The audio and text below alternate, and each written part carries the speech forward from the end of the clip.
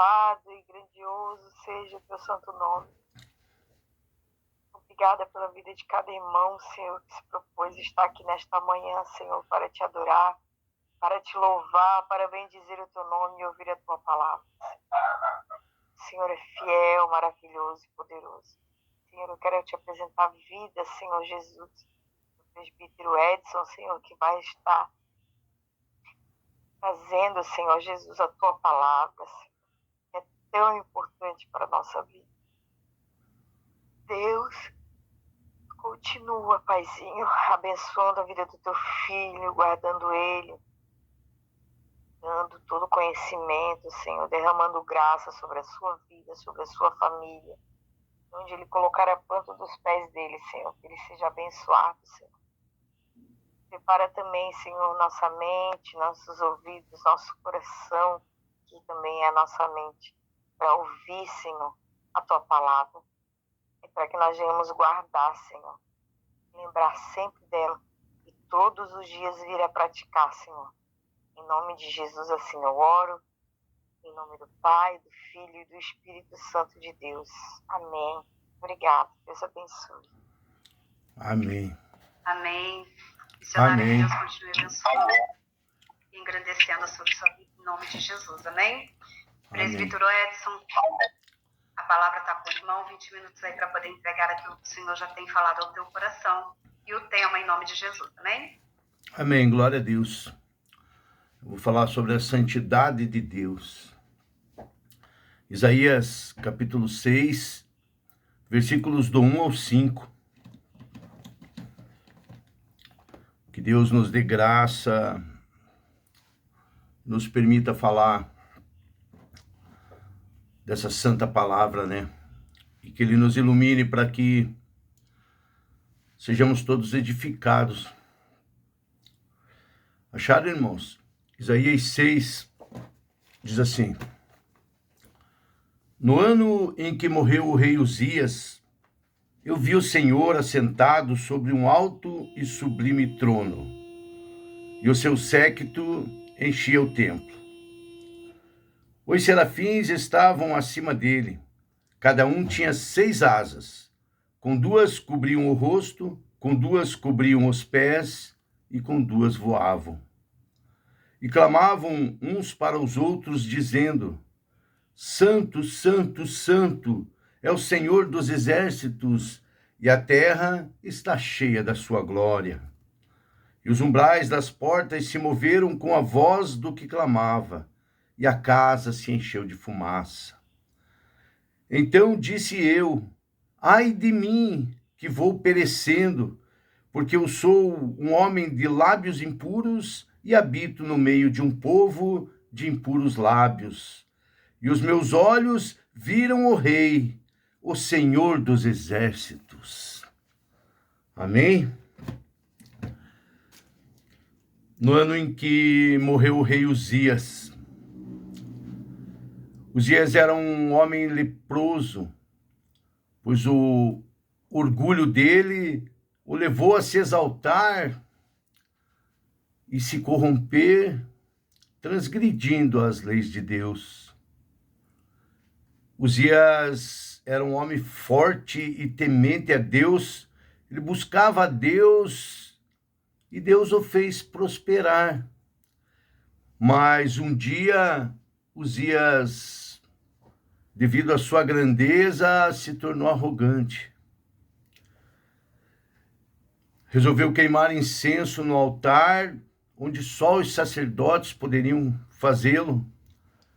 E os sacerdotes o repreenderam e ele se indignou contra os sacerdotes. Assim, Deus feriu o grande rei Uzias com uma lepra. No ano em que ele morreu, Isaías teve uma visão, a visão de um rei santo. Isaías viu o Senhor assentado sobre um alto e sublime trono, e um cortejo enchia o templo.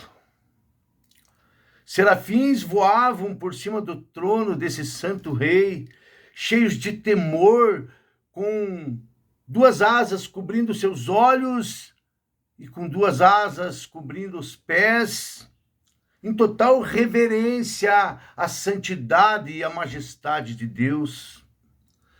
Os serafins diziam uns para os outros: Santo, Santo, Santo é o Senhor dos exércitos, a terra está cheia da sua glória. Os serafins estavam assustados com a grandeza e da presença da glória de Deus. O batente das portas tremeu e a casa se encheu de fumaça. Era a presença de Deus naquele lugar. A gloriosa presença de Deus encheu aquele lugar e a infinita majestade dele se fez presente. Os serafins estavam deslumbrados diante da santidade, da glória do Deus Altíssimo. Eles não puderam se conter e clamavam: Santo, Santo, Santo. Toda a terra está cheia da sua glória. Os serafins viram a glória de Deus. E você? Você tem visto a glória de Deus se manifestar na tua vida? Você tem glorificado a Deus através da tua vida? Os serafins estavam deslumbrados. Isaías também. Isaías clamou: ai de mim, estou perdido. Sou um homem de lábios impuros e habito no meio de um povo de impuros lábios. Eu vi o Rei, o Senhor dos exércitos. Isso mudou a vida do Isaías. Qualquer um de nós que vê a glória de Deus vai ter uma vida mudada. Nós vamos nos reconhecer como pecadores e vamos buscar mais santidade diante de Deus. E Isaías estava atônito. Tanto os serafins quanto o jovem Isaías mostraram humildade e temor diante de Deus Todo-Poderoso. O rei Uzias era um homem poderoso, mas caiu em desgraça devido à sua arrogância. Quem somos nós diante de Deus? Esse foi o ponto de partida para o ministério do Isaías. Primeiro, reconhecer a grandeza, a majestade e a santidade de Deus e se reconhecer como um homem pecador, em total dependência do Criador.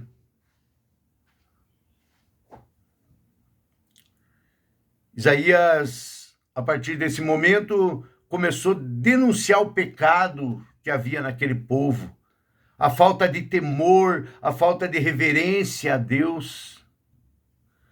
Isaías começou a denunciar a injustiça social, a idolatria, a corrupção, tanto moral quanto religiosa do povo de Israel. Devido ao pecado e à rejeição às leis de Deus, o reino seria punido. O reino do norte caiu diante dos assírios, e um pouco mais tarde, Judá cairia diante de Nabucodonosor e seria levado cativo para a Babilônia. Deus é um Deus amoroso, gracioso, cheio de bondade, cheio de misericórdia, de amor, mas também é um Deus justo. E ele pune. Ele pune o infiel, ele impune o ímpio. Ele pune. Ele é um Deus justo. É um Deus que tem amor, mas também tem juízo.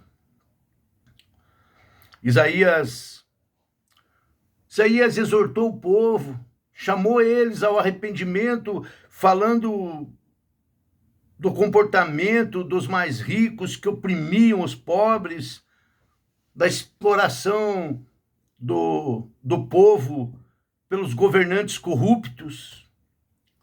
chamou o povo e os governantes ao arrependimento. Às vezes, parece que ele estava falando do Brasil.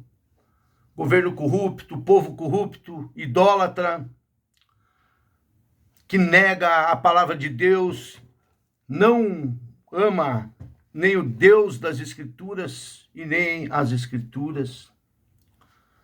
O profeta Isaías advertia sobre o julgamento de Deus devido aos pecados da nação. Deus iria julgar os pecados da nação. Isaías pregava a punição que estava por vir devido à desobediência.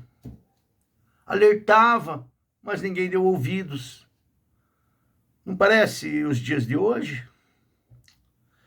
Mas Isaías também apresentou uma solução para o problema de Israel.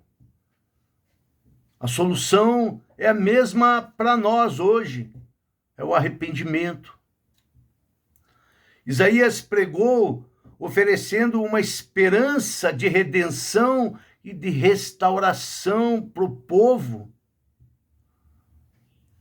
Ele descreveu um servo sofredor que morreria pelos pecados do povo, que pagaria, que sofreria o juízo de Deus e beberia o cálice da ira do Pai. Isaías falava da salvação por meio de Jesus Cristo, o Deus Filho.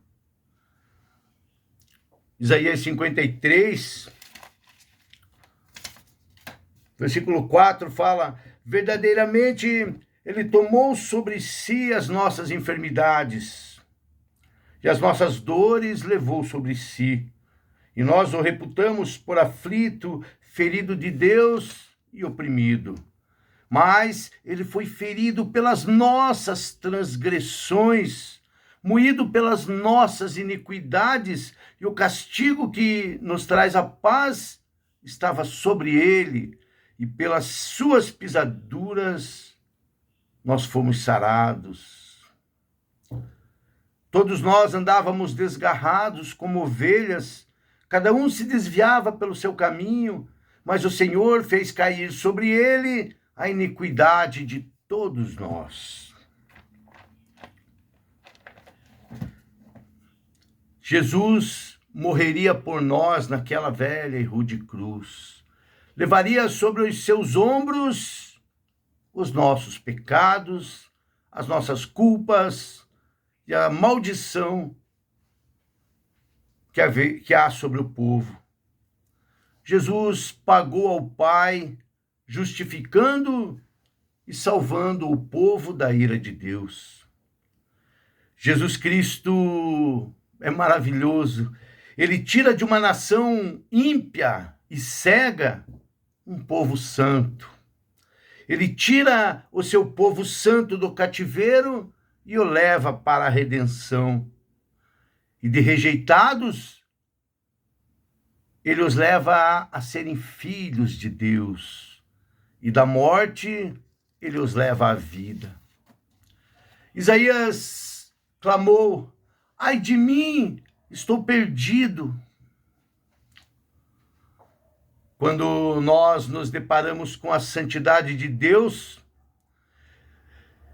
com a perfeição de Deus, nós percebemos o quanto nós somos pecadores. Estou perdido. O quanto precisamos de Deus. O quanto precisamos da justiça de Cristo sobre as nossas vidas. Precisamos da misericórdia de Deus, do perdão, e precisamos de força para que Ele nos sustente, porque sem Deus não somos nada.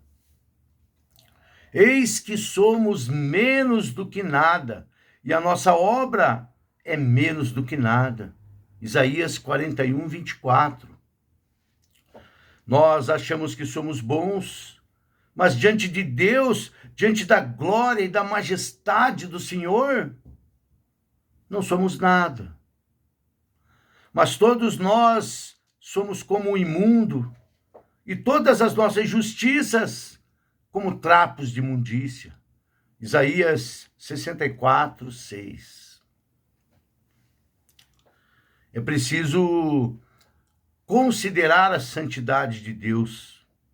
Se nós não nos atentar a isso, estaremos construindo a nossa casa sobre uma base de areia movediça. Certamente ela ruirá. Se nós não andarmos em total dependência de Deus, certamente cairemos. É Ele que nos sustenta. Nós não somos fortes. Não somos fortes o suficiente para perseverar até o fim e vermos a glória de Deus. Somente o Espírito Santo operando em nós é que nós chegaremos lá. A pergunta que me surge: quando o povo vai tomar jeito? Romanos 3, do 10 ao 12, diz assim: como está escrito, não há um justo sequer, não há ninguém que entenda, não há ninguém que busque a Deus. Todos se extraviaram e juntamente se fizeram inúteis. Não há quem faça o bem, não há nenhum só. Todos se extraviaram. Pela graça de Deus, Ele nos buscou e nos trouxe. Nos trouxe para o aprisco dele. É uma alegria, é um privilégio maravilhoso termos sido buscados por Deus e trazido para o reino dele. Mas a maioria dos homens está perdidas, andam como ovelhas errantes. Será que um dia vão se arrepender e se converter? Será que um dia os homens vão ver a glória de Deus, a grandeza, a majestade, a santidade de Deus e reconhecer a sua soberania? Pensem, irmãos, a igreja passou por tantas provas, por tantas experiências, e, no entanto, quando nós olhamos para ela, vemos tantas coisas erradas, vemos coisas absurdas, coisas que não podemos entender, doutrinas estranhas ao Evangelho, pastores que mais parecem lobos, crentes fazendo coisas incompreensíveis que não tem nada a ver com a palavra de Deus, coisas absurdas. Alguns vivendo da mesma forma que os ímpios vivem, alguns até pior, pecam e nem se importam com isso, já não buscam mais santidade. Alguns até escondem os seus pecados, outros não, pecam deliberadamente, nem ligam. Deus disse: sejam santos assim como eu sou santo. O nosso propósito como crentes é buscar santidade. Sem santidade ninguém verá Deus. Deus é santo, nós precisamos ser santos. Não podemos viver de qualquer jeito. Deus exige de nós a santidade. Nós não somos perfeitos e provavelmente Nunca conseguiremos ser perfeitos nessa vida terrena. Todos nós falhamos em alcançar a santidade perfeita que Deus requer de nós. Por isso, nós precisamos reconhecer as nossas falhas, nos humilhar diante de Deus, nos arrepender dos nossos maus caminhos, reconhecer que somos pecadores e que Deus é santo, e buscar a face dele continuamente, orar, nos debruçar sobre a palavra, aprender com Cristo, que era manso e humilde, pedir sabedoria, buscar conhecimento, ter um relacionamento contínuo, diário com Deus, por meio de Jesus Cristo. Pedir a iluminação do Espírito Santo, porque sem que ele nos ilumine, jamais vamos compreender esse livro. É o Espírito Santo que nos leva ao Pai por meio de Jesus Cristo. Sozinhos, não chegaremos a lugar nenhum. Não é por nós. Nós somos fracos, somos pecadores, nós fizemos inúteis. Sem a condução do Espírito Santo, não temos futuro. Nós buscamos a Deus através de Jesus Cristo, por meio dele, no nome dele. Jesus é santo, e somente mediante ele a verdadeira santidade pode ser alcançada. Você tem buscado santidade? Seu modo de vida, os seus pensamentos, as tuas palavras, as tuas ações glorificam a Deus? Ou você está apenas juntando para si mesmo tesouros aqui na terra? Amém? Que Deus abençoe a todos e uma boa semana. Graça e paz.